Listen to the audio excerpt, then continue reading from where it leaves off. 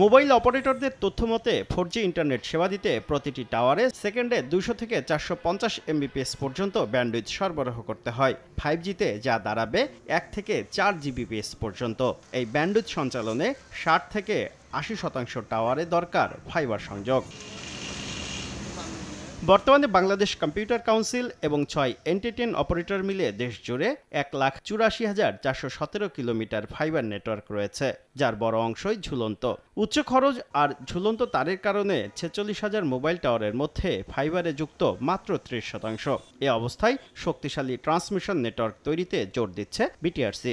এই জায়গায় যত ইনভেস্টমেন্ট দরকার ছিল এত ইনভেস্টমেন্ট আসে নাই, যার ফলে এখনও প্রত্যন্ত অঞ্চলে গ্রামেগঞ্জে আমাদের ফাইবার অপটিক যায় নাই, যেখানে গেছে ওভারহেড।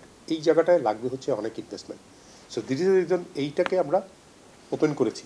এরই অংশ হিসেবে ফাইবার নেটওয়ার্ক তৈরি করতে এনটিটিএন লাইসেন্স চেয়েছে বাংলালিংকের মূল প্রতিষ্ঠান ভিয়ন সহ 5 প্রতিষ্ঠান।